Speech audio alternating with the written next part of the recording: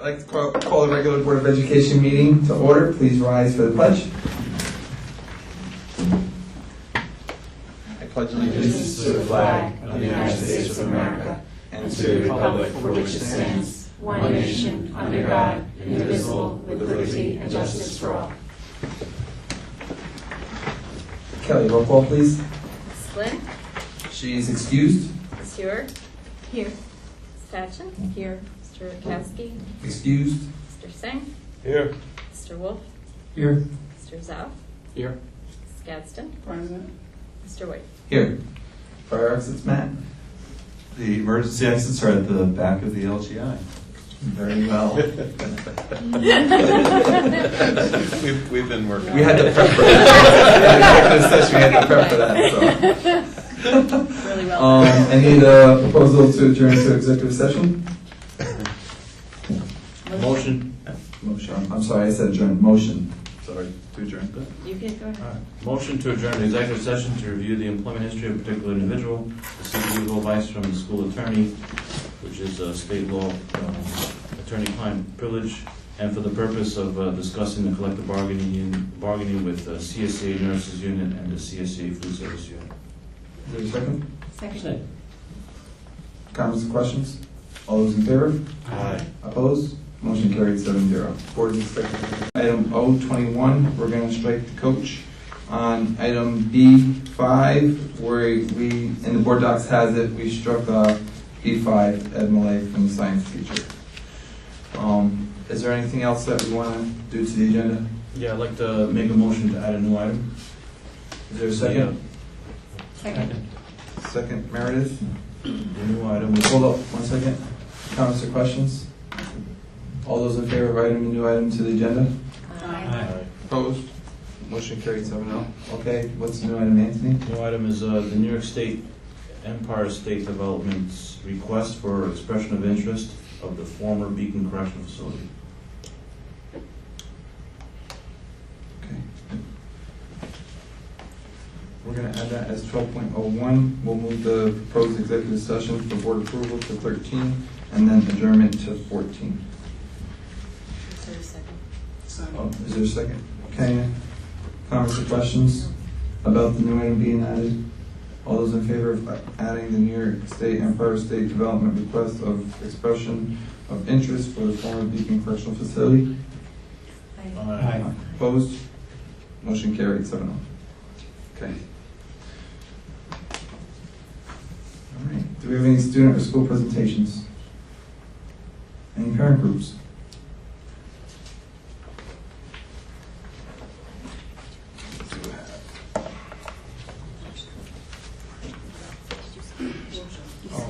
Did I? Yes.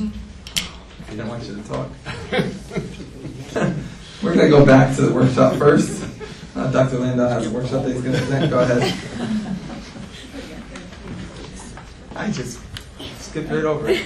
Thanks, Anthony. I'm not used to you being here. All right. We discussed taking the opportunity at a board meeting to give a brief update on my transition. And so tonight I'll just take a few minutes to talk about some of the things that I've been doing, some of my thinking behind it. And so without further ado, we have 3 words up there. But first I have a quick story to tell. I spent a lot of time driving back and forth between Ithaca and Beacon the last 5 months. And a lot of times those drives were very late at night because I got tired of staying in hotels, and so I just figured I'd rather just drive back at 11 o'clock. And one of those times, I'm not very high-tech in my car, so I tend to listen to the radio. And one of those times I happened to catch, probably right after it started, a TED Talk on NPR. And the TED Talk speaker talked about the notion of listen, learn, lead. That was the title of his talk. And he spoke about leading, he spoke about his position in the organization, he spoke about the way he interacted with all the people who worked with him. And I really, this was about a month ago, and I thought, this is what I'm going to use. This is going to frame my whole transition. Listen, learn, lead. This is perfect. And it became apparent about 5 minutes in that he was military, he was a general, It really spoke to me. You can Google it. It's a good TED Talk. Then at the end, he talked about who he was, sort of post-talk, and they did an interview with him. It was General Stanley McChrystal. He was the general who got fired by President Obama. And so I went through this thing. Do I want my words that I used to be about a general that, got fired in his position rather publicly? It was quite a big deal. I got over it. I decided I like the words. I'm just going to go with the words. And so without further ado, these 3 words are going to frame all my work for right now, for the next year, and hopefully for all the years to come. Listen. Listen is a really important word because it is at the heart of communication. Really, no communication matters if listening is not a part of it. And that listening takes shape takes many different shapes and forms, but that is at the heart of what I am doing right now in the district. Learn is important for obvious reasons. I am at least the titular head of a learning organization. We don't always, at my level, talk about learning. In fact, a lot of people in my position rarely talk about learning, and so I hope to be doing a lot of talking about learning in my time. But right now, I am doing an incredible amount of learning because I am learning, A, a lot of people's names, B, a lot of people's stories, and then C, how everything fits together. And it will take me maybe a lifetime to fully know all of that, but learning is a huge part of what I'm doing right now, too. And then there's lead. Leading is obvious. That's what I'm paid to do. A few things I want to say about the word lead. One is I'm a firm believer that leadership is not by title, it's by what you do and what you bring to a position. Another thing about leading is that, or these 3 words really altogether, is that these things do not always happen in a nice sequential order.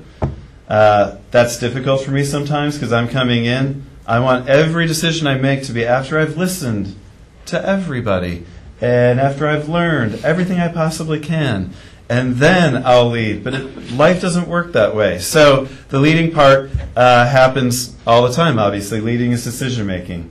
And sometimes those decisions that I'm making or recommending to the board to make are based on my best sense of things at that moment. But all of those things are intertwined. And those things will be guiding me during my time here in Beacon. Board goals. I want to take a moment. The board spent a lot of time this spring working on goals. And the goals are really rich, and if I tried to fit each goal, they'd probably each have its own slide. And so what I decided to do with the board goals a couple of weeks ago was I would just kind of read them to myself, and I would take the phrase from the board goal that stuck out the most and that resonated with me the most. So I'm not saying this has to be the phrase that you focus on, but this is the phrase. These are the parts of the board goals that I'm focusing the most on right now, and these are the ways I'm trying to have them inform all my work. There is a fiscal goal that fits under the board goals. The main phrase I'm taking from that is collaboration that improves academic offerings. There's a curriculum goal, and that is to create 21st century learning environments in all of our classrooms and all of our schools. There's a communication goal, and that phrase I take from that one is to build a culture of cohesiveness with improved communication. There's a community engagement goal, and the 3 words that stick out to me from that one are involvement, collaboration, participation. Lastly, there's a diversity goal. This one had a lot of different parts to it, so I tried my best to kind of chunk them together a little bit. It's to build a culture of awareness, to create unity as a culturally aware and diverse entity, and to provide equitable education that identifies and addresses barriers. I think these board goals are incredibly important, not just because of where I'm standing, but a lot of time went into them, and I think they really reflect where we need to go as a district. These 5 board goals are informing every single part of the listening, learning, and leading that I'm doing right now and that I'll be doing for years to come. And as I talk, hopefully you see with this initial transition talk that I'm already trying to hit several of these goals just in my first couple of weeks. With this update on transition, my hope is that I give, board willing, obviously, I hope I can give a brief monthly update on the transition because not that it's constantly changing, but each time, every conversation I have and everything I do, the transition becomes a little richer. What I learn becomes a little bit deeper. And so this is just my initial stab at sharing, this is what I'm up to, this is what I'm thinking, this is what's influencing my work right now. And so there's going to be a lot more to come, but this is just some of the things that I'm doing. First thing is listening. Back to those 3 words, listen. I put engage up there as well because I think listening is the key to engagement. And so I'm doing several things with listening, and it started the very first day, the very first official day. Actually, it started before the first official day, but I'm going to count July 5th as the official day. And that is listening to as many different stakeholders that I can meet with. So the first are there, and this is in no order, but community members. There's a few ways I'm reaching out to community members. One is through community conversations. We had our first official one on Saturday at the VFW Hall. Gives me a chance to give a little plug. We have one tomorrow at the library from 2 to 4. Then we have 2 more. After that, we have one at the Glenham Fire Department, and I think that one is on the 25th. And then at the end of July, we have one at the Beacon Rec, and those are both in the evening. And so I'll be putting those, they're on our website right now, but I'll be sharing information about those as we get closer. The whole point of what I'm doing with that is a chance to introduce myself again to the community, face-to-face with folks. The other more important thing I'm doing with that is I am trying to get people talking around a couple questions. One is, what strengths does the school district have? Another is, what are some challenges our school district faces? And then the third part of that is, what things do you think the district and me, what should we be focusing on? So far, the conversation has been rich, and I really look forward to having more of these. I've been saying all along, but I need to say in here, that we have 4 scheduled for July. That is not going to be the end of these conversations. We actually see it as just the beginning. It is summer. I will note that the day we had about 10 people at the VFW conversation. It was great. It was a beautiful Saturday afternoon. Low humidity, not a cloud in the sky. When I told my son where I was going, he said, who would come to that? But 10 people came. We had a great conversation. But I do realize it's summertime and there's a lot of competing interests for that. So what we're going to do is do a whole nother round of these in September and October to reach different parts of the community again. There's other ways to reach out to community because I don't want to just be hearing from folks who come to a meeting. I've got to find other ways to connect with folks. And so I'll be talking about that part a little bit later. Another is board members. I have started, I'm about halfway through one-on-one meetings with each board member. And in these meetings, I'm doing something very similar that I'm doing in the larger group. I'm sitting down with each board member and I'm first asking, what brought you to be a board member? Why? And then 2, what kinds of things do you think are our strengths? What do you want me focusing on as a superintendent? That's very important for me to start establishing those relationships. My first couple of weeks here were almost sort of book solid right as I began. And so I didn't send this out until today. But the email today went out to all faculty and staff members saying, hey, kind of the same thing. I value what each of you do. This isn't just to teachers, it's to everyone who works in the district. And it's asking them to, this is a voluntary thing, but it's asking them to come see me in the summer or during next school year to talk about strengths, challenges, things we should focus on as a district. My goal, hopefully, next June I can report to you that I've talked with everyone. I'm a realist, so I know some people will, be very hard for me to track down, but my goal is to get to as many as possible. I do recognize, and some people have said this right to me, that they may not really want to talk to me until I'm here a second year, and so I get that. And so hopefully I can at least get those people to come before I start my second year, but I understand that people's frustrations with the constant changing in leadership.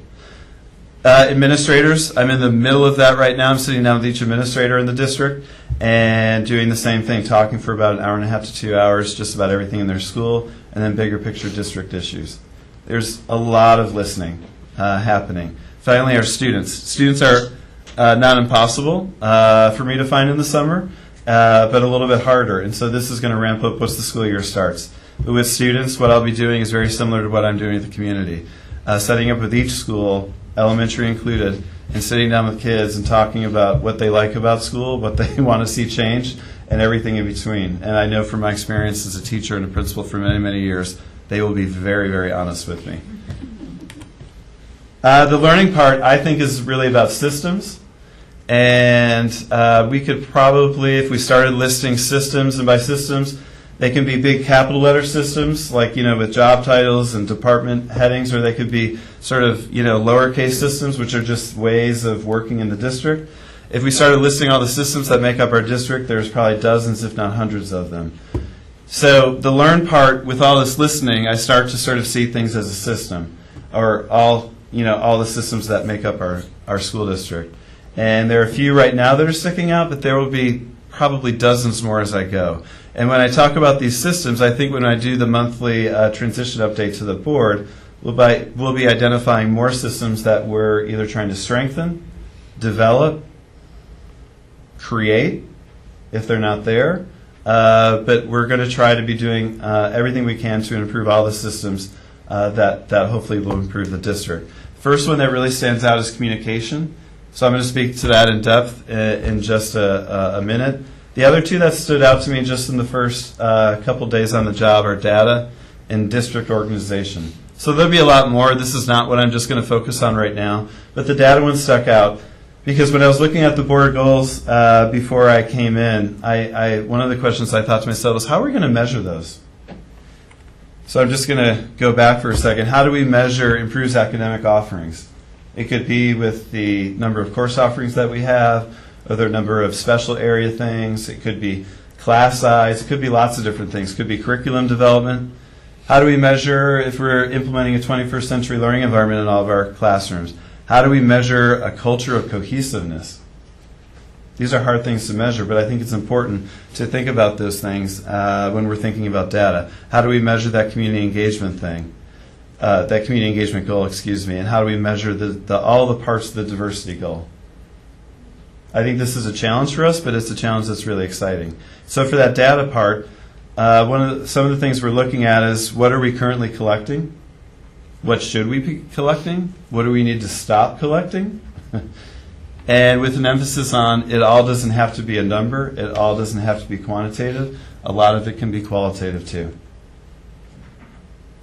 So as I continue to work with the board and with staff, my goal and hope with that is that we start to have a data plan in place that really supports those board goals so we can really see how well we're doing. District organization is kind of straightforward. With my arrival, I'm kind of in a way like a new position. It was said a lot of times, and I think deservedly so, that Anne Marie for the last year and a half, there you are, has been doing 2 jobs. And so here I am to take one of those jobs away. And so we're kind of in the process of reorienting and reorganizing our work at the district office. Who's doing what? Who's responsible for what? Who do people go to? All those things are important. Everyone in our district organization, within the organization, needs to know that, and all of our community stakeholders need to know that too. And I think to some degree, people kind of figure it out, but we need to be much clearer about what we're all doing in terms of that district organization. So in the near future, we hope to just be sharing just some basic things about here's what everyone's doing, here's who you contact for what, so it's just clear to people within and people outside the organization. I'm going to dig a little bit deeper with communication because communication is really primarily the most important thing that I do and that we do as a district. So I already talked a bit about the things on the left there. Community conversations will be ongoing. I think my plan for community conversations is this right now. We'll do another round of just really open conversations in the fall. Again, a chance for me to introduce myself, but B, for me to hear from folks what they think are strengths, challenges, and focus areas for us. After we do that, though, I really hope to have more targeted community conversations, probably later in the fall into the winter. I think that will help feed the budget work we do as a district. And those will be very targeted conversations. We may have one about what our budget drivers right now that we're looking at. We may have one that focuses on curriculum. We may have one that focuses on our facilities and ways we can improve that. We may have one that looks at that diversity goal and really has some really good, powerful conversations about how do we start achieving those things. So my goal is to keep having these community conversations, but have them more specific to certain content areas the deeper we go into the school year. One-on-one meetings obviously will continue, and I think as I have these community conversations, I give out my card to everyone who comes, and I think from these community conversations, a lot of folks will probably want to talk to me one-on-one to talk a little bit more specifically about what they think. The last one about me there is availability as a community member.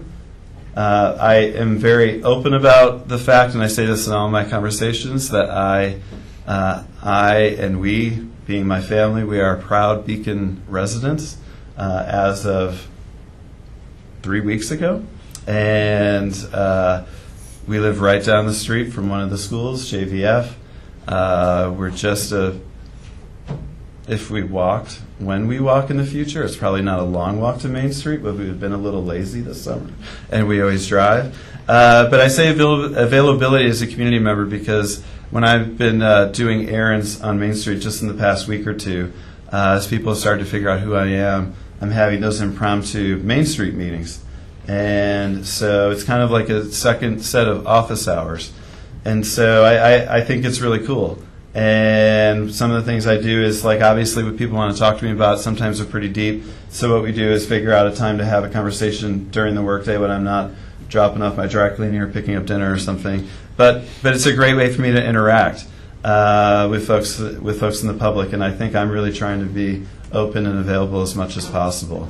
And I'm really proud about that too. I'm excited to be a member of the community.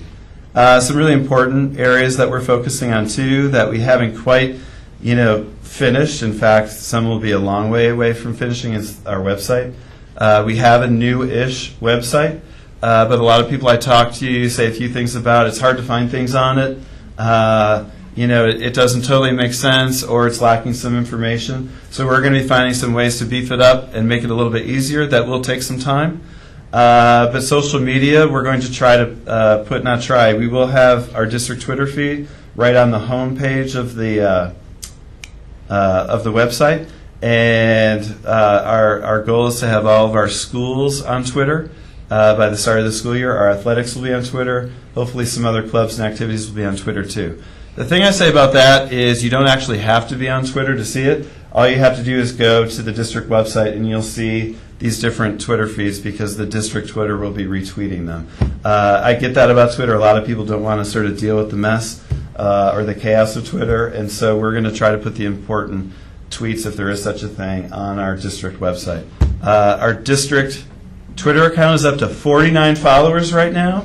Our hope is to get the 50th by the end of the night, and there's absolutely no prize for that, but our hope is to get to 50, then look at 100, and start building it that way. Newsletters is kind of old school, but I saw in some years past we did newsletters. We hope to revive that, to have a good, robust web-based newsletter that there are some print copies for, and things that aren't just kind of like, I hate to say it, but the traditional administrator opening that no one usually ever reads. Hopefully with the newsletter we focus on people doing really innovative things in our district, people we want the community to learn more about, and the same goes for students. Students we want the community hearing more about too. So some of these things, need deliverable dates, and I'm not quite ready to give them, but we hope to be making changes to the website this as soon as really in a few days, and then ongoing throughout the summer, because it does need to be improved. A lot of good work went into it, but it kind of needs some big final pushes. Back to community conversations. Another thing we hope to do is some surveying of people in the district as well. In my old position in Ithaca as deputy superintendent, one of the things that I oversaw was special education and 504 plans. And one of the things we did about a year and a half ago is we surveyed all parents and caregivers and families of students with special needs.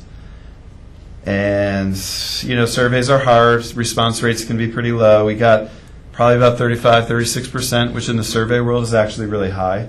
But one of the more powerful pieces of data I got from that was a lot of parents in this world, a lot of parents with kids with special needs came up to me, sought me out, and the common thing that a lot of them said was, no one has ever asked us what our experience has been like until this survey went out.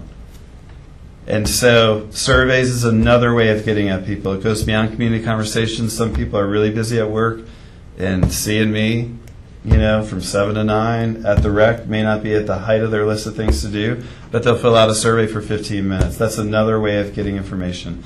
Another thing we do need to do with community conversations is make them really accessible for folks who are working hard to make ends meet, who need, childcare or, food for their kids to be able to kind of motivate to come out. And so as we get into the fall community conversations, we hope to add those elements to really make them family-friendly for all folks. But with communication, I'm really trying to take an open stance. I'm trying to be the best listener I possibly can be, because otherwise, none of the other things I do is really worth anything. And I really mean that. Communication, I said at the beginning, listening is the most important part. So if I wrote a bunch of stuff, tweeted a bunch of stuff, gave a bunch of speeches, but I never listened to anybody, it wouldn't be worth a darn thing. So, the listening will be ongoing. The listening will be continual. There will be a lot of learning from that, and the leading is happening as we go. And it's been a really exciting start. Lead is the final thing. Again, these aren't in sequential order. But with leading, the way I see it, and I already talked about systems. My work right now is strengthening and building systems. It's not either or, but we may not even have some systems in place to deal with some things. But strengthening and building systems that support work towards the board goals. I think those board goals, those phrases that I pulled out, I think they cover everything we need to be doing as a district. And so my intent is to do exactly that. Try to figure out every way possible to orient and align our district towards those board goals. I think that work will naturally evolve into a strategic plan for the district. I think it would be wrong to say in September, here's what I think the strategic plan would be. But I also think it would be wrong to wait till September 2018 to say, here's what I think the strategic plan to be. I think the sweet spot will be somewhere in the winter, after we've done a lot of these community conversations, after I've met with hopefully dozens, if not hundreds of people within the district, after I've started to have student focus groups. My hope is that then I'm able to work with the board and unveil a working document, but a working strategic plan for the district that incorporates those board goals, has good, solid, reliable data, and everyone in the district knows what their role is, or is learning about what their role is in achieving those board goals. With all of that said, I haven't mentioned students anywhere near enough, and that's why I'm here. That's why we're all here. That's what this is all about. I know people in my position say that all the time. Sometimes it sounds like a cliche. I hope it sounds genuine with me, but I think the only thing that will prove that genuineness is how I go about this role in the coming months. But my goal is, with those board goals and with everything I do, that the focus is always on our students. I mentioned I'm invested in that. I have one student who's very near and dear to me who will be attending schools here next year. That's my son, but the other 3,000 are just as near and dear to me. I want the best for all of them. It's going to take us a while. Those board goals are very ambitious. I applaud the board for setting such ambitious goals as I came on board as a new superintendent. Setting the bar high is good. It's what it's all about. They're ambitious, but they're exactly the kind of goals that I want to be working on as a leader. So that is my first transition update. As I said, I hope to be able to do very brief transition updates, maybe on a monthly basis, whatever makes sense for the board. But this work will be very ongoing. But I will say that, every single conversation I have and every interaction I have, I take something away from that. Whether it's a board member, to someone on the street, to a community conversation, to someone within our district. And I love the folks in Beacon's willingness to talk to me and share. Everybody has a story here. Those stories are really important to me. and worth hearing. And again, if we can sift through those stories and find kind of what's common between us all, I really think we will start to gel with these board goals, and what happens for our students will be better and better and better. Everything I've done as a teacher, as a principal, as a district level leader, while flawed and imperfect, everything I've done has been to try to make school more engaging for kids, more exciting for kids, more inclusive for both students and their families. So again, my work has always been imperfect and has had some flaws, but it's always had that intent. That's the same intent I tend to bring here, or I want to bring here. I feel like I'm already bringing. But it's just the start, and this is frankly the easy part. And so I'm very excited about the next steps. So just quickly, I'll open it up to questions to the board about where things are right now. Any questions? Are you getting enough sleep?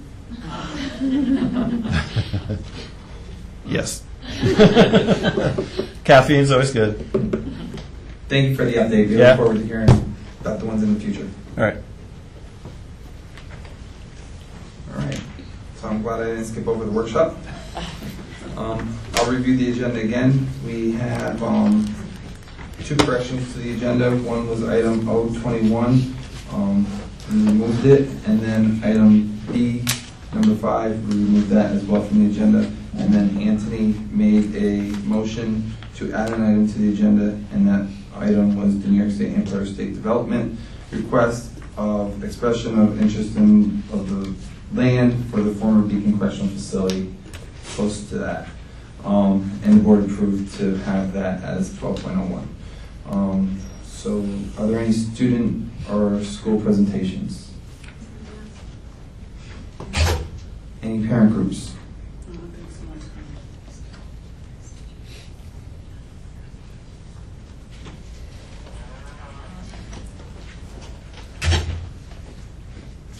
Hello, my name is Clarice Ali.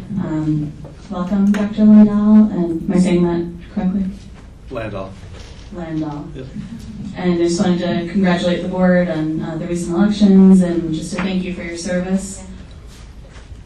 I'm here tonight to speak about homework. Oh, sorry, I have 2 children currently in the district, one starting pre-K in September, and one who will enter in about 4 years. I'm here to speak on behalf of the Advocates for Beacon Schools. Just a little history on the Advocates for Beacon Schools, or ABS. It was formed in the fall of 2015. ABS is made up of parents, teachers, and community members who have a stake in the Beacon City School District. And the mission of ABS is to mobilize and support community stakeholders to ensure that all students in the Beacon City School District are provided with an excellent public education. So I just thought I would read to you, as far as I know, this is the district's current homework policy, which I believe was adopted in 2008. And I think I emailed a copy.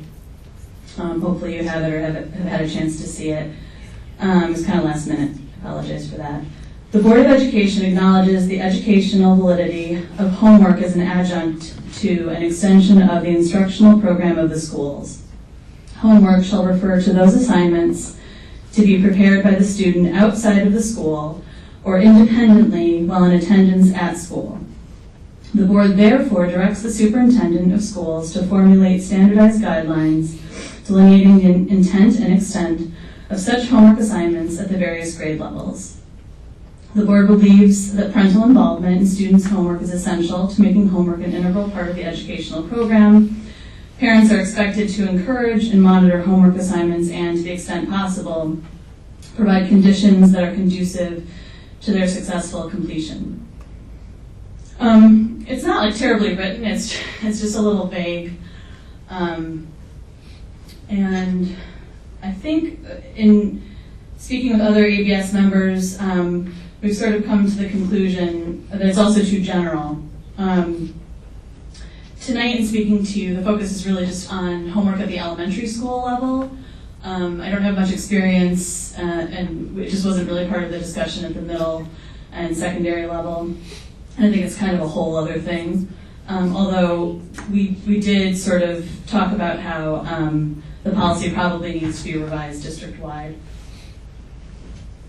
So our goal tonight is to ask the board and the administration to review and revise the current homework policy. ABS has come to the conclusion that the board and administration should revise the current BCSD homework policy to make it more specific and consistent among grade levels at all elementary schools.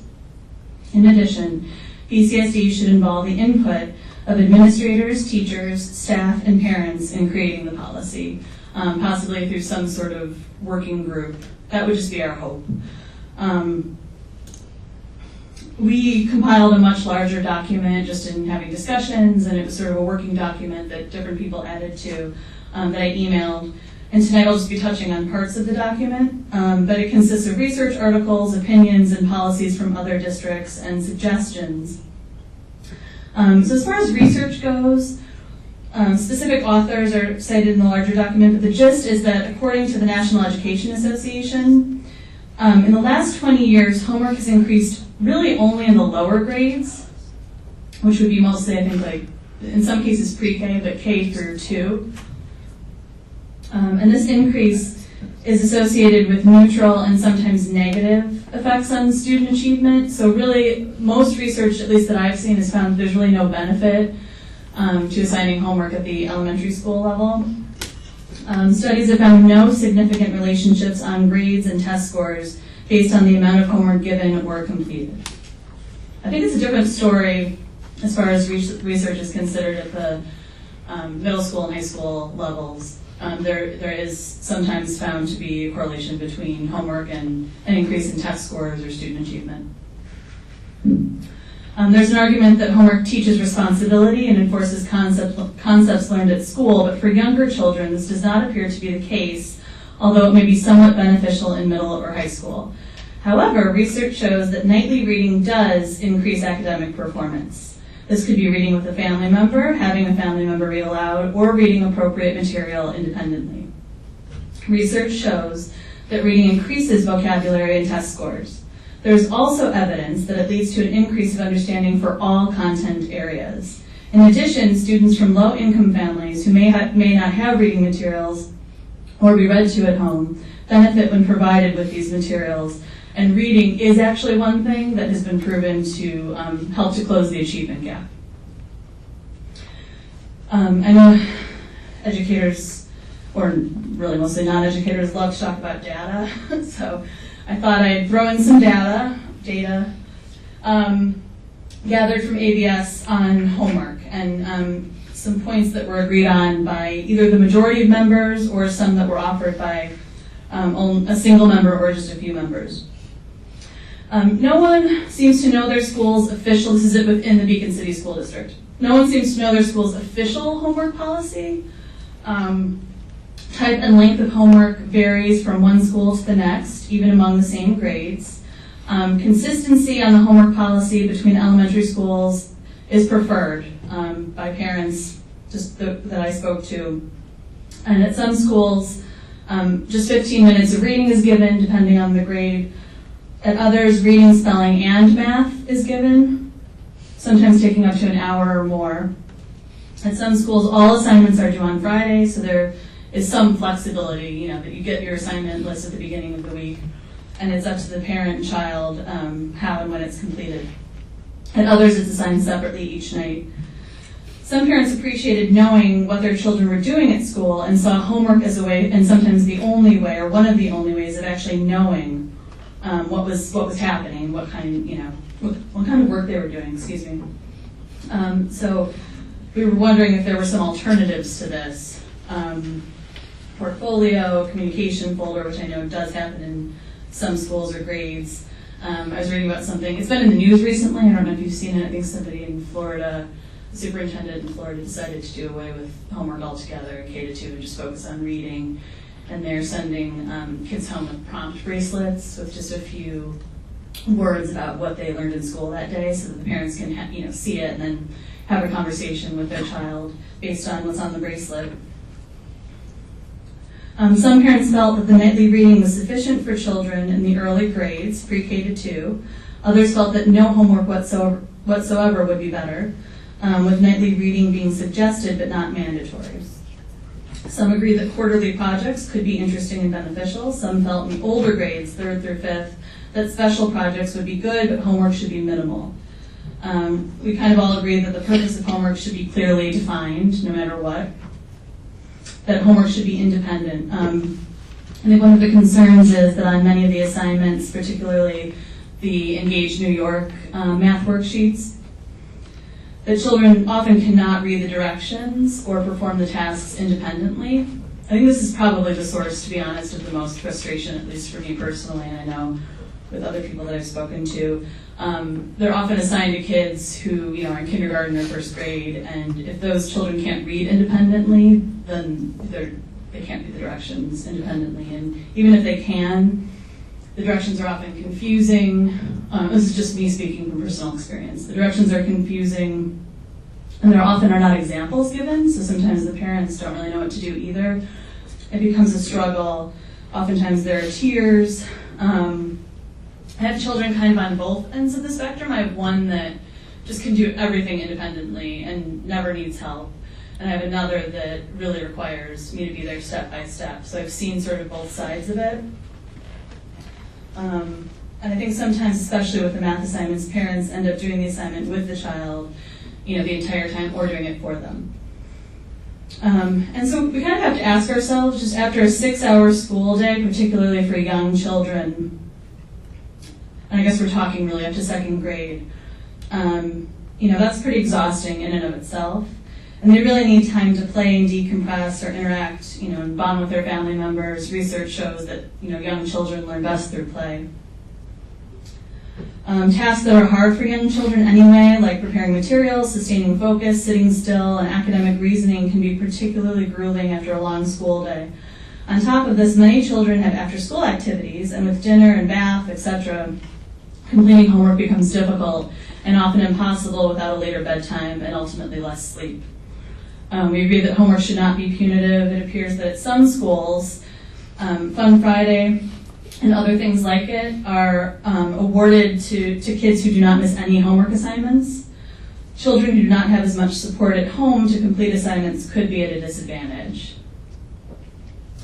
A large spectrum of learners and abilities was also cited. For example, some children can complete a math and reading assignment independently in 15 minutes, while others may need help every step of the way and may take an hour or more to complete the exact same assignment. So, are things being differentiated? I'm not sure.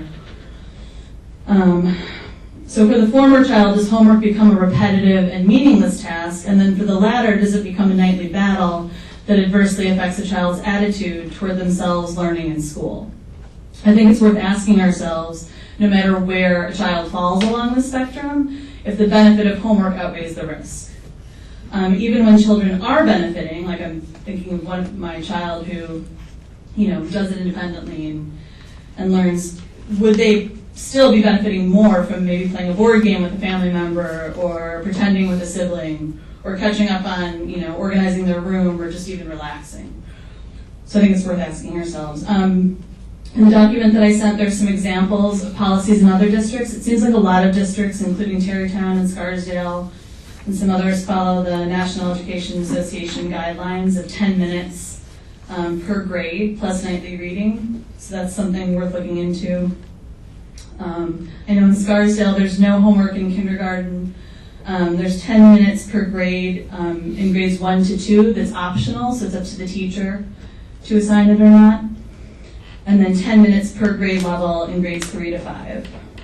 So just to rephrase our goal in speaking to you tonight, ABS recommends the following: a revision of the district homework policy that is specific, consistent across schools and grade levels, is developmentally appropriate, and which involves the input of administrators, teachers, staff members, parents, and taxpayers. Furthermore, according to the National Education Association, experts advise schools or districts to include teachers, parents, and students in any effort to set homework policies.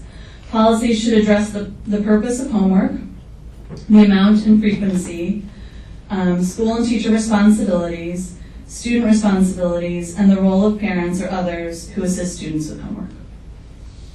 Thank you. Thank you. Clarice, we have been starting to review the policies from 0 to, I think we got to what, 6,000? But I think we're on the 5s and we've kind of jumped to the 6. We were actually waiting, just so you know, our e-policy server was in the process of looking up and sending us those 7,000 and 8,000s, which this one falls into that. Okay. So we're hoping that, that's something that,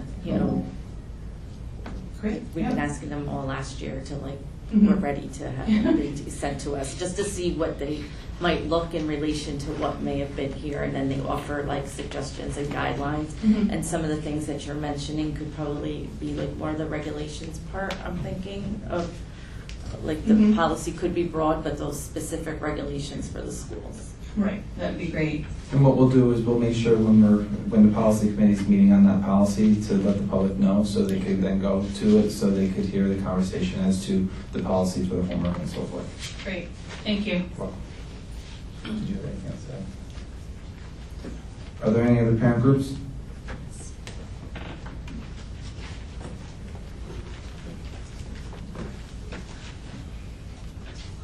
Good evening, Dr. Landau. My name is Debbie Brenna and board members and everyone else. I have 2 kids in the district. Thank you all for giving up your time. First off, board members, a lot of time put in. I know lack of sleep. I thought I was a board member.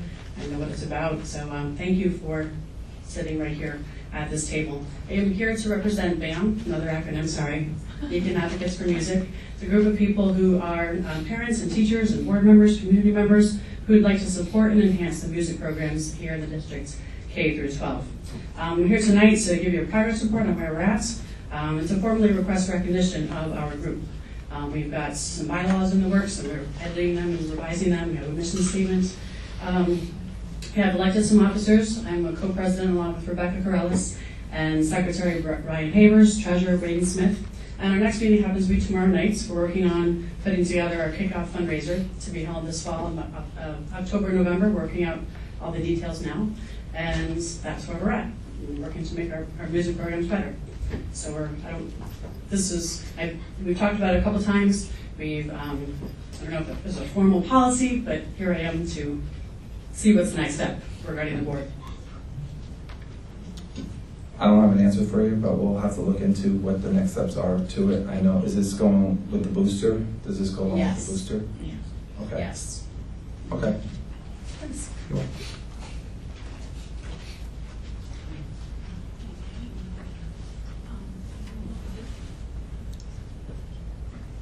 Are there any other parent groups? Okay. Open to the public. I have Alma, Rain, and Ruby. They just had to go to that restroom available right now. Okay. I can speak about something else until they come because they want to go Sure. first. Hi, board and Dr. Lano. I'm a parent. My name is Michal Mart, and I just wanted to quickly mention an issue that came up for another parent. The district is offering summer school classes, but it seems like there is no transportation. So there was a post on Facebook of a parent that her daughter is doing the classes, but she has no way to get to the school for those classes. She was looking for a free bicycle for her daughter. So I was wondering if there is any way for the district to provide busing for the summer school programs so that the kids can get to those programs if they live far away from the school. It's not a back and forth, so I didn't know. I know, I'm trying to stall. It's okay, we have other people. We have other people. All right. So I would just have them contact Ms. Stanley Renfield, correct, with the summer program and to determine which one it is to see, she'll be able to answer the questions more directly. Okay. Okay? Ms. Bella? I think she wants to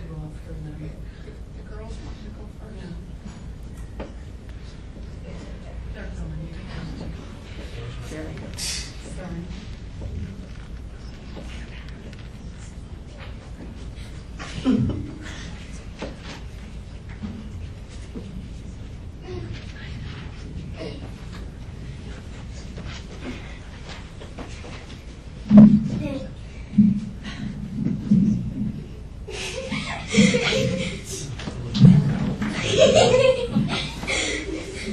We are third graders at Sargent. We are moving upstairs for fourth grade. We heard that when it's 90 degrees outside, it can be 104 degrees upstairs. We were wondering if you could buy air conditioning for the upstairs. If not, we don't mind raising money over the summer. If we do, we just want to make sure the money gets spent on ACs. If it helps me have a few student signings, we hope you understand. Thank you. Sincerely, Alma Mart, Rain Royce, Ruby Hopkins.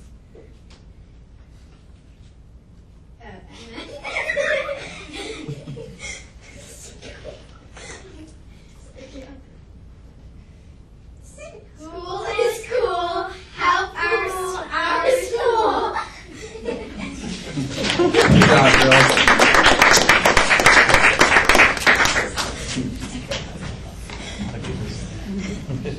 Ms. Bell?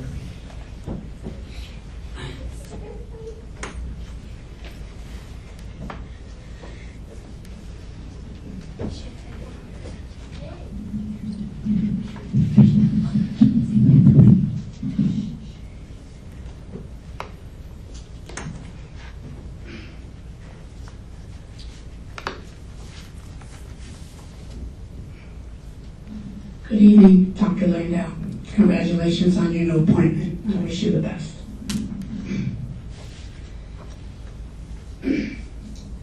Beacon has been a place I've called home for many years. The Beacon City School District is not only a place where I have been a teacher, but a place where I have established deep roots, a place where I have grown personally and professionally, and a place where I have treasured my time, my experiences, my relationships, and most importantly, my connections to the wonderful students of this district. I am grateful for the opportunities which have been afforded to me during my 22-year tenure in this district, as I have worked with some very special people throughout the years. I would like to say thank you to those folks tonight, as your support, your friendship, your courage, and kindness, specifically over the last 2 years, will forever be a part of my heart.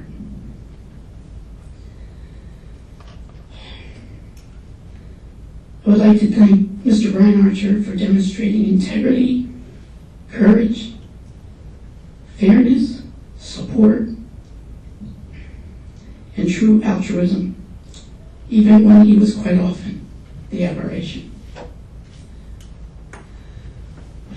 I would also like to recognize Mrs. Rosemary Engel, who worked with me every day this past year and was a terrific asset to our PE program and to our students.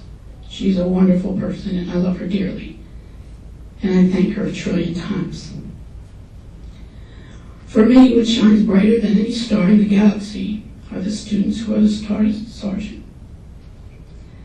And of course, my 2 sons at home.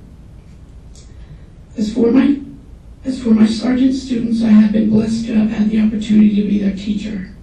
And I only wish I could be talking to all of them in person right now. And although I am moving on, in no way will I forget.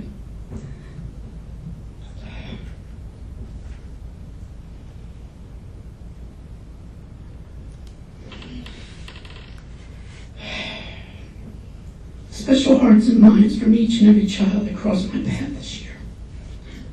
So I say, hey team. Hey, Coach. Hey team. Hey, Coach. To my wonderful Sargent students, and know this, kids. You are smart, you are powerful beyond measure, you are talented, you are fabulous, you are beautiful, you are funny, you are sweet, you are brave, you are kind, you are silly, you are honest, you are not afraid, You are strong, you are skilled, you are hardworking, you are athletic, you are musical and artistic, you are persistent, you are tenacious, you are hopeful, you are unique, you are special, you are inspiring, you are anything you desire to be.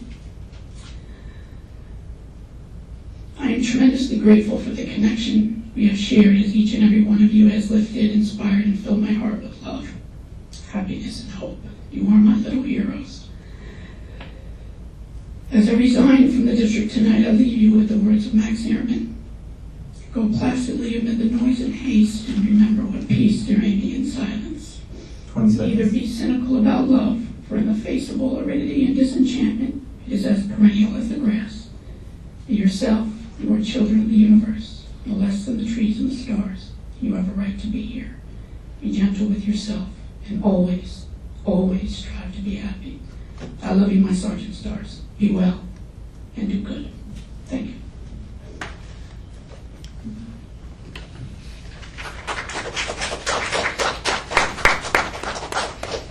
Any other public comment?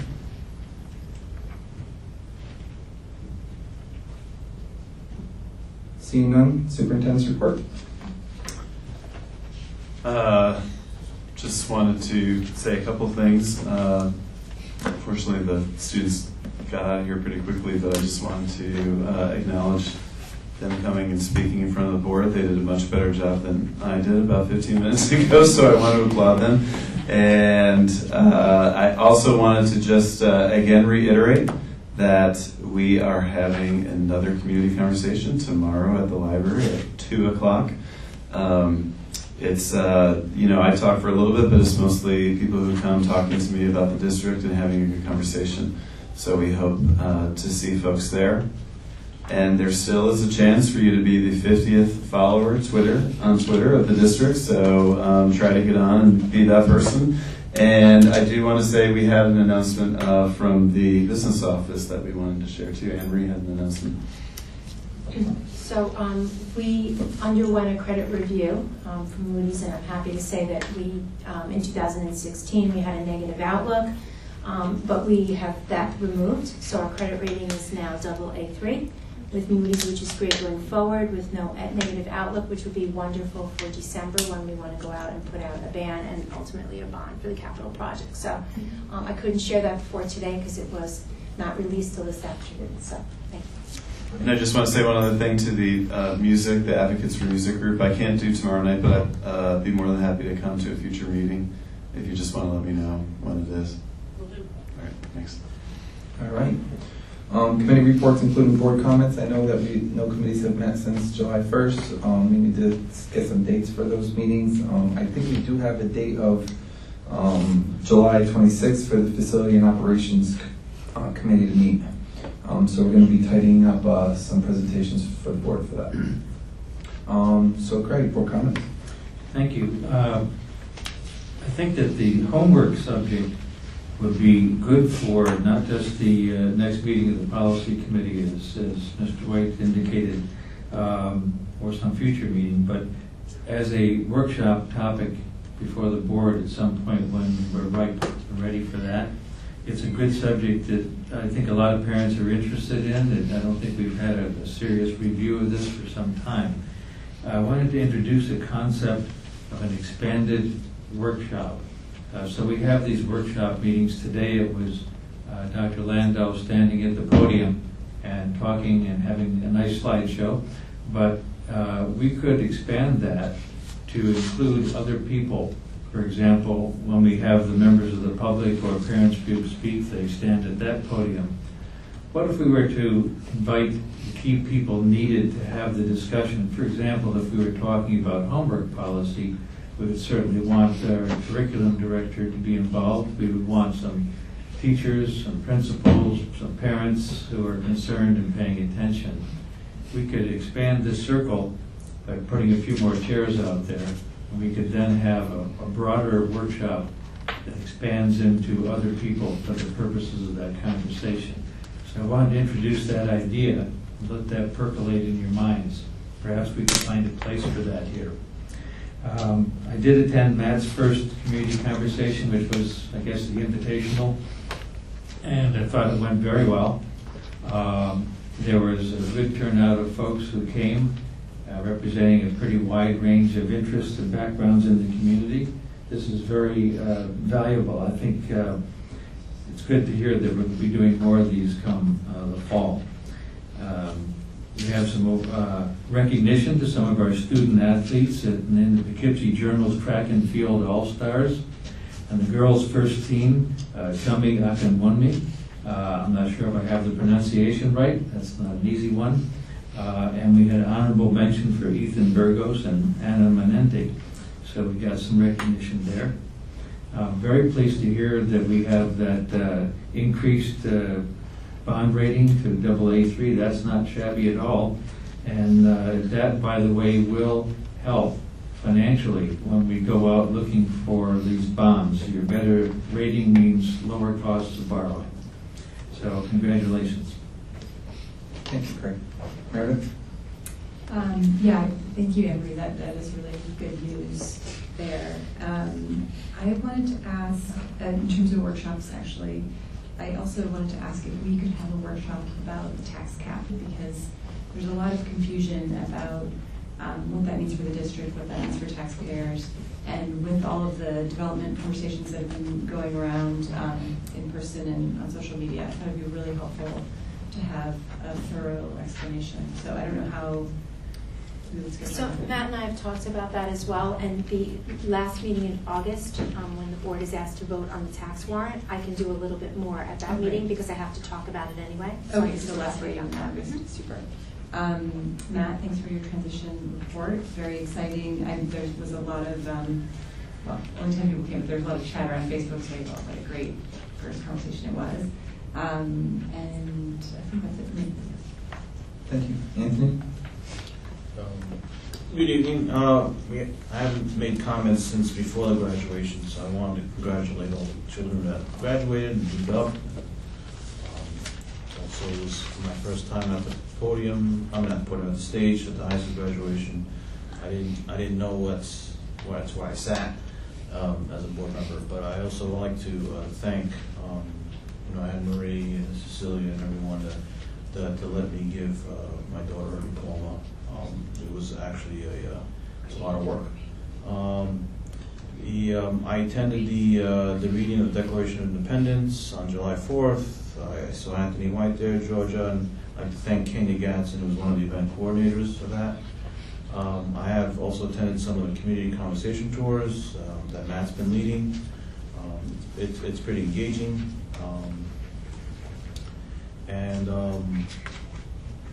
I actually had a question about the district homework policy. I know it's a policy, so it actually falls within the purview of the policy committee. But I also thought that it was curriculum, so it falls within the curriculum committee as well. And the curriculum committee is not, as far as I know, is not something that includes public engagement. So I think we want public engagement. So I guess we have to try to figure that out. I guess it's more common than a question on that. But that's all I have. Okay. Georgia? Thank you for your transition presentation. I'm hoping to get to one of your community events as well. I could not attend on Saturday. Yes, I did attend the 4th of July celebration, so it's always well attended. It seems like it gets more and more of a crowd each year, so that was nice. And congratulations to the essay winners as well. I think there's a lot of work that's put into that. I really don't have a lot because I'm not sure when we're meeting with committees or who's going to be in charge, but I just want to reiterate that the policy committee had stopped at a certain point in June. I think we did meet in June or end of May, beginning of June, to kind of finish up with some more of the business, some policies that we needed to, that were kind of imminent to look at. I know that we still have the wellness policy to look at as well that didn't come before us in June to look at that. I know everybody's been working hard on that as well. So So just to comment on the dates for the committee, what I'll probably do is, because the chair hasn't been selected yet, I'll throw out some dates to the committee members for the first meeting, and then we can determine a chairperson for each committee. And then that chairperson, I'm hoping we could create a year-long schedule that's conducive, that's manageable, so then we can have it on the calendar as to, okay, we're going to have the, knowing that they're tentatively scheduled, and it could be bumped if there's a special board meeting that's needed or something. But if everyone's fine with that, that's on the committees. If I throw out some initial dates for the first meeting, and I'll try and do it for sometime in August, then we could have that first initial committee meeting. We could determine the chairperson at that committee meeting, and then that chairperson could then set a year-long calendar of dates. Is that all right with everybody? Yeah. Okay. Yeah, I mean, I was actually trying to poll the diversity meet folks. Maybe we could make it like every second Thursday, but I know that's not easy for folks. I'll throw out the first one, Yeah. the first meeting, and then the committees could determine the schedule from there on out. That's fine. Okay. Bill? Yes, I was on vacation last week, so I wasn't able to attend any district events, but I did hear good things about the work you've been doing so far, and I think everybody's very excited to have you here, and looking forward to progress in the future. Kenya?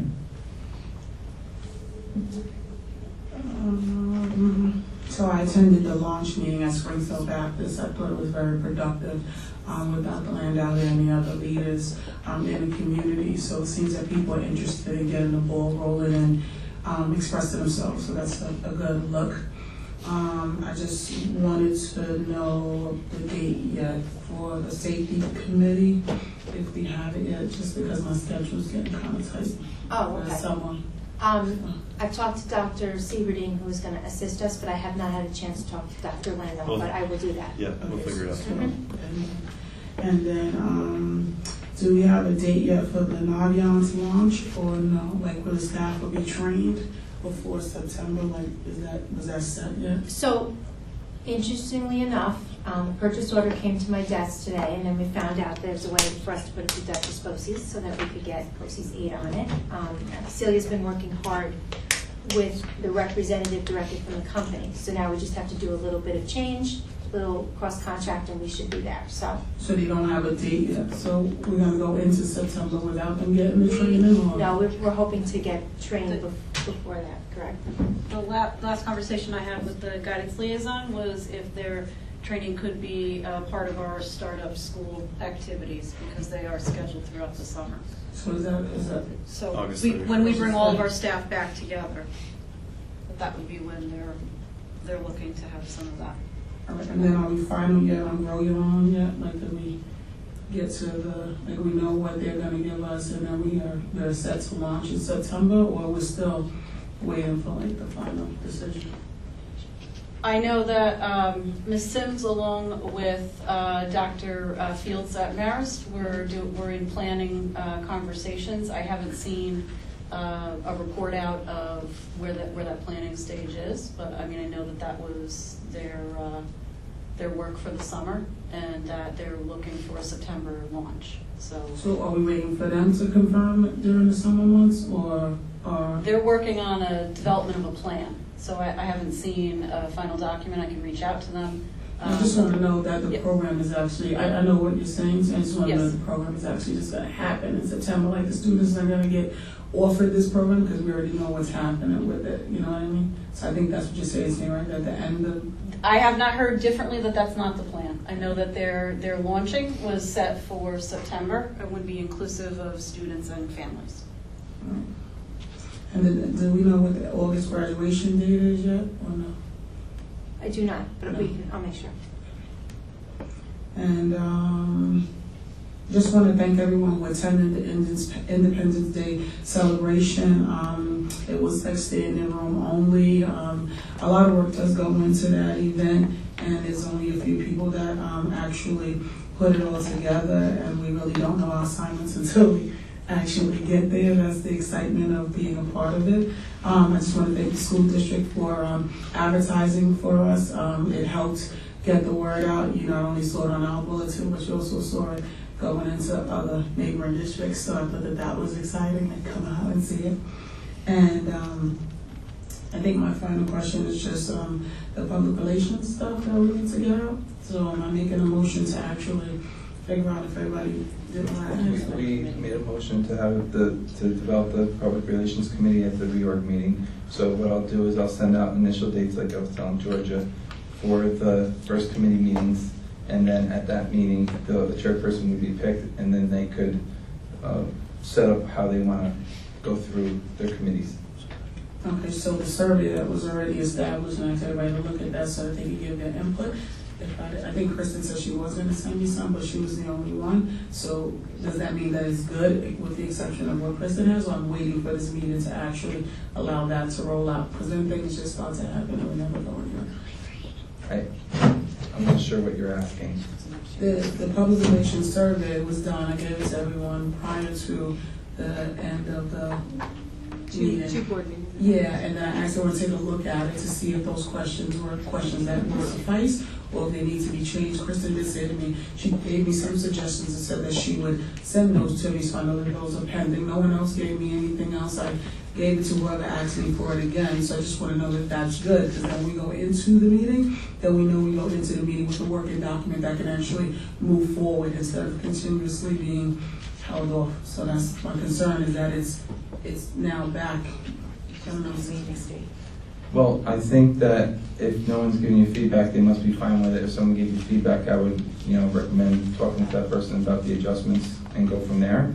And then if you wanted to have the Public Relations Committee review it together, so you can have an open discussion about it instead of via email, then you could bring it forward from the public as a document from the Public Relations Committee to ask the board to support to go forward with. All right, so as it stands, does anyone have any concerns? Okay, so does anybody have any concerns with the way it is right now? If you do have a concern right now, can you just send it to me so that this way I have it already and I can just add it into whatever exists, and then we can hash it out whenever the meeting happens and whoever gets picked? No, it's not a concern. They're good questions. I just had a question about the scope. I'll talk to you later about it. I think that's it. Thanks. Okay.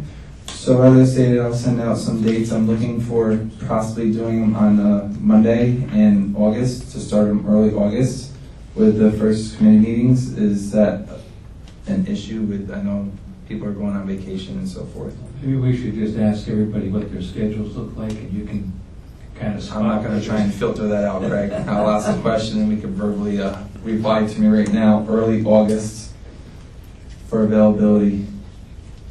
I have a vacation in the early part of August after the 3rd. Yeah, okay. I don't have so many days in August, so I don't know where we're going to be. But. So I'll throw it out, and if there's not a quorum of the committee, then they'll have to reschedule. Yeah, August 8th I'm out of town, which means August 7th and August 9th. I'm not sure yet. Okay. All right. I have no other comments. Just Anthony, just for accounting purposes, that the Public Relations Committee isn't one of the committees that are in the July meeting. I think it was approved the meeting before it, so just to let you know, you have to kind of manually include it in that list. Wasn't the July 5th reorg meeting? No, Public Relations was not. It says when Kenya made a motion to reconvene it, it wasn't like, I think all the other committees were rollover committees that since we had disbanded the Public Relations Committee, I thought I made a motion to bring it back. That's what I thought. I thought I included it in the reorg meeting. I'll have I'm to sorry, yeah, it is. It's 2C, but it's not part of the original list. So just No, because it wasn't Right. there. I yeah, had to yeah. add So it. yeah, so just when you cut and But it paste. was in the reorg meeting, correct? Yeah. So just when you cut and paste, make sure you look for that one. Other Yep. I'm going to create a document similar to what we created last year. So I'll have all the committees on a Google Doc that we'll all share with everyone. And then what we'll do is I'll put the initial meeting date in. And then what I'll do is I'll ask the chair people to then input their dates on that shared document. So then we know that there's no conflicts with the committee meetings. So if people wanted to attend other meetings. So we'll do it similarly to what we did last year. All right. Do we have any unfinished business? I didn't remember any when I was setting the agenda with, Well, Anthony went back on something. that was a new business. Was it? That was new business. We got in. The last email? Yeah, that was new business. All right, so the consent agenda. The use of the consent agenda permits the Board of Education to make more effective use of its time by adopting a single motion to cover those relatively routine matters which are included. Any member of the board who wishes to discuss individually a particular piece of business on a consent agenda may so indicate, and the item will be considered and voted on separately, thus preserving the right of all board members to be heard on any issues. Is there anything from the consent agenda that a board member wishes to be called? Hearing none, I need a motion to approve the consent agenda. 11.02 through 11.23. Georgia, is there a second? Second. Bill, comments or questions? All those in favor? Aye. Opposed? Motion carries 7-0.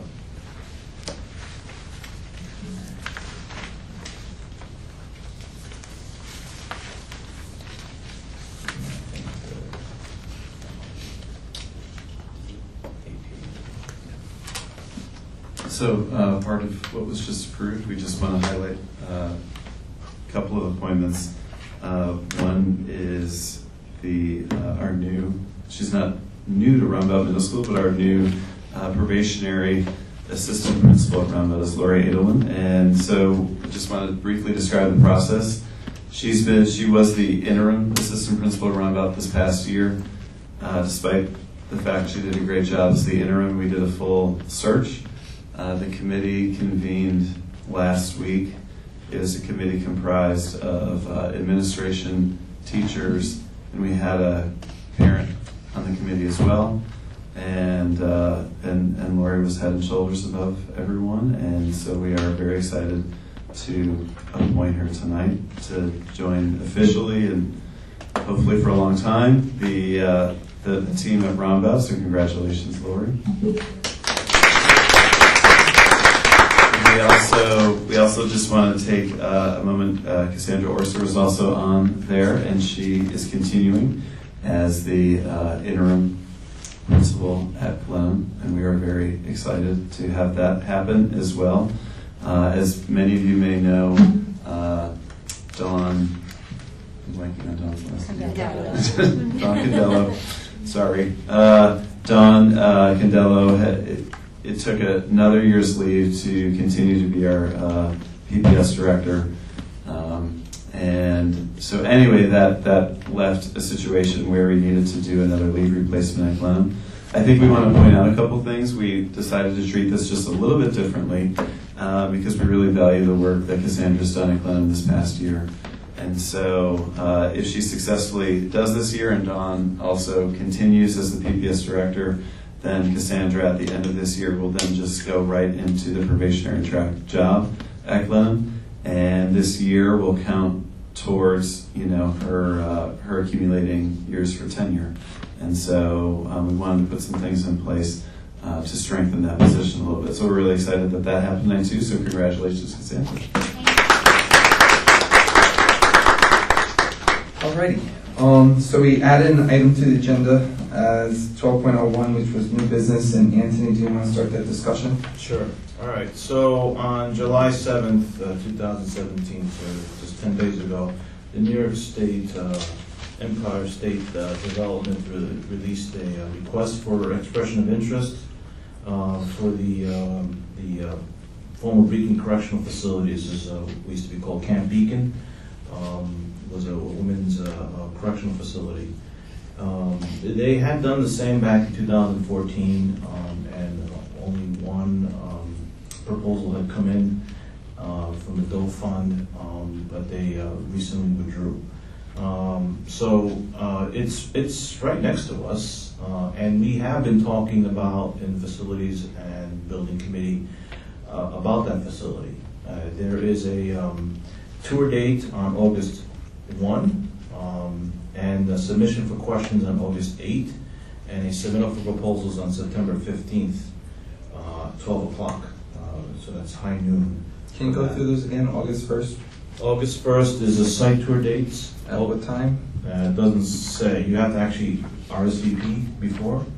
I think they're limiting to 5 people per entity. And they may schedule you around or whatever. I'm not sure how exactly they're working about it. I don't know if they want a huge group of people walking through at the same time or not. I'm not sure. But you have to RSVP for that date.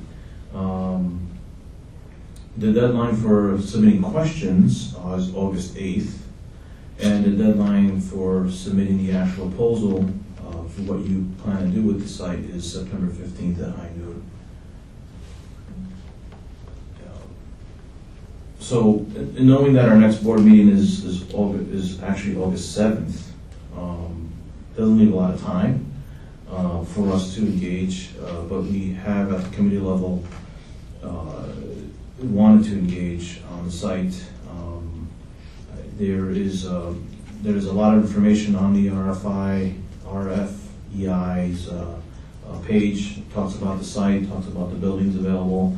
It's not the entire New York State Mattawan Prison Hospital property. I mean, there's actually, I think, 7 of them that make everything together, which includes the other prison. But it's only about 39 acres, so it's right next to the baseball diamond behind the high school. Yes, thank you. Sorry. What I would like to do is just to empower either the facilities committee or just an individual to take the lead on scheduling the site tours, collecting questions on the site, working with the administration, Rhinebeck Architects, the community, whatever is deemed necessary to submit a proposal for the site.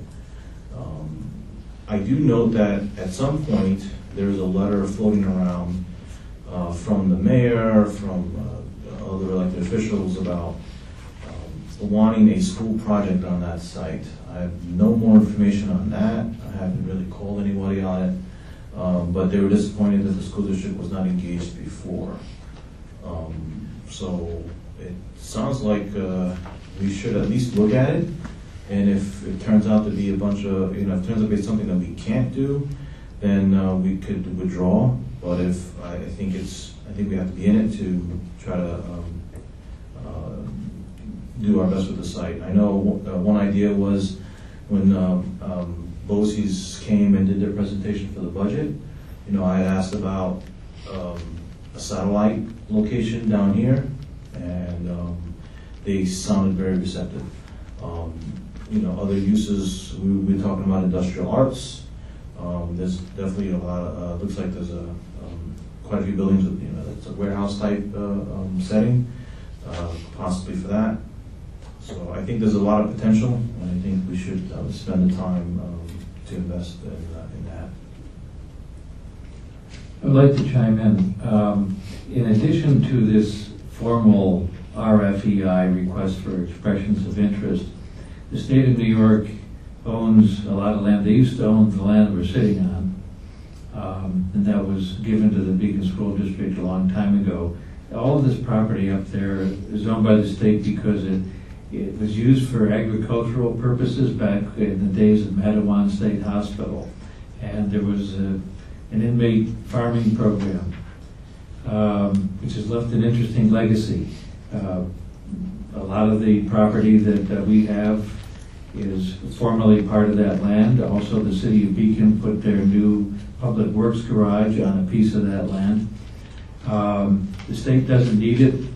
They've had, I can tell you, the state has had a very difficult time of trying to reposition these single-use facilities that were built for a specific purpose in days gone by. Our landscape is littered with them, and many of them are still there rotting away, like the western campus of the Hudson River Psychiatric Center, which is a monument to things that we built and paid for as state taxpayers years ago, and there they sit with a developer pulling his hair out trying to make it happen in the future as something positive. It's not easy. Camp Beacon is an unusually small state facility to try to reposition, but it's also quite complex. Part of it is agricultural because of that farming history. One of the buildings is actually called the Steer Barn. There's some kitchen facilities. People had to be fed. There's some inmate housing facilities. This is not a stone wall type prison. It was a minimum security camp. The inmates did go out on work projects around the community in vans and did a lot of work here and there. There's a couple of buildings that are called program buildings. They look quite a bit like they could have been used for school purposes. The only way to understand buildings and what potential repurposing they may have is to go look at them. Until you actually see them and walk the grounds, you don't really have a good idea what you're talking about. Although, if you look on the website they posted, they've got floor plans and specs, and you can get a fairly good idea and some photos. I think we should follow through to at least explore this and see what and whether. I can't tell you how it will come out. It might be that we look at it and say it was nice to look, but we don't have a real plan. But realistically, until the state of New York brings this to market for the second time, you don't know who's going to show up. It could be that some developer will show up who may be looking for partners. That could be us. It could be a lot of people. If this were my project to run, if I were working for the state, I would say you need to find a master developer. That is a particular type of developer who becomes a landlord of a diversified site and looks for end users in order to fill each of the facilities on the site, or to decide some of them may as well be taken down. Then there's the possibility of vacant land. There may be some proposals from people who would like to do something there. I can tell you that many years ago, Dutchess County Economic Development Corporation considered the possibility of linking to Route 9D. They were going to put a road through an existing underpass under 84. It was a nice idea. It didn't work because there's real problems with going under a federal highway. Not easy. Also, it's still pretty close to the prison complex, so the correctional services people have some concerns. It's not easy to imagine exactly how you create jobs on this site, because that's important to consider, because that's the main thing that the state is trying to get out of this. They do have earmarked $6 million to help anybody who's a successful proposer with some kind of aid. I'm hoping that there are some serious private sector developers who will come forth and give this a better run than the last time around. There was only the one proposal, and that one failed. Better luck next time. So I think we should come up with a plan to take a look at it, check it out, and report back and see if there's any reasonable possibilities here. In addition to that, there's some state land that is not part of this proposal. And that land includes land immediately to the east of our high school complex here, and immediately to the west of what's known as Camp Beacon Road. That's the road that goes up to Camp Beacon. There's some acreage in there.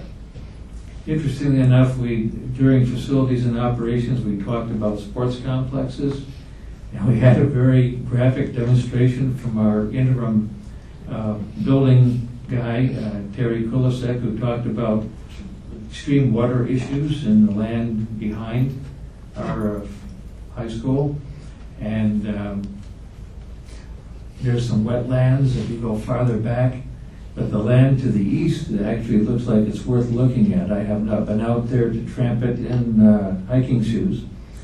But I think we should be doing that and should probably initiate discussions with our state representatives about what the potential is for our acquiring some of that land for potential expansion, whether it would be expansion of our school facilities, in buildings or whether it would be sports complexes. We don't have a lot of potential to do anything on the land that we currently own if you're needing significant acreage. Now that we have a new athletic director in place, we could begin to have discussions about where we might want to go in the future. I think there's a lot of discussions that need to be held. The state is offering a pretty tight timeline, tighter than I'm really comfortable with, because it's summer and we have other things to do. They might decide to extend that at some point. We could even ask for it to be extended. I would not be surprised if they did extend it because they don't get a lot of interest. This is the second time around. I'd be interested in knowing what other members of this board and the administration think about the potentials here. I think quickly I just want to jump in and say we, being Anne Marie and Anthony D'Amato and I, we've discussed being a part of the August 1st tour. So I didn't realize it had to be a team of 5, so we'll figure that out. But we'd like to tour that with board members. I will be meeting with the district superintendent of the BOCES on July 24th. I mean, I'll have a lot of things to talk about, but I'll bring this up. I do know any projects with BOCES can be pretty complex and require, all of the component districts agreeing. So it'll be complicated, but I'll remind him and bring up again, our district's interest in that. So I think our plan from our end is to be a part of the tour, to see what we see what we can imagine, and then bring our thinking to the next board facilities meeting whenever that is scheduled after that tour. I know timelines are really compressed, and we'll do what we can on our end to work within that timeline, but we're ready as a team to be a part of that tour and to take it from there. Question to do August 8th. Would it be useful to have Rhinebeck Architects look at the documentation and propose questions that they would ask to make it for how to convert the property to school use? Yeah, probably would be useful. So I think we're seeing them next week at the facilities meeting. We'll give them a heads up before that meeting. I don't know how much we want to discuss this at the facilities meeting. I'll leave that up to the board, but we can have maybe an initial conversation about it with them. They'll be at that meeting. Yeah, they may have some questions about the site that they want to clarify to see if it fits school use. Yeah. And just as a reminder, we do own property on 9D. Not only the property on which the stadium is, I'm not proposing that we tear it down or anything, we also own the property immediately north of that, and the original intention of that was if we need to put an elementary school up there, there's enough room there for an elementary school. So that is probably already owned. So if we're going to be looking at what our needs are going to be in the future, that's going to require new buildings, that's already an area that we own. Okay, that's a good reminder. Thank you. Any other comments? I definitely think it's worth exploring. Thank you. Yeah, absolutely. So you guys are definitely going on a tour on the 1st? Well, we're planning on it. We have an RSVP, but we have blocked our calendars and talked about it. So. All right. Do you have any more, Anthony? No, I mean, if you don't need a motion or anything, we'll just keep going, that's fine. Craig, did you have anything else? I think it's good. I would like to know if I could be on that tour. Yeah, sure. Okay. I mean, I don't know how strict they are about this 5-person thing, but They might not be.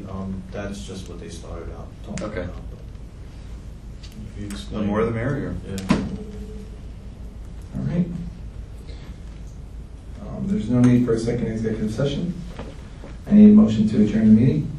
Motion to adjourn the meeting. Is there a second? Second. Meredith? Comments or questions? All those in favor? Aye. Opposed? Motion carried. 7-0 at 9:39.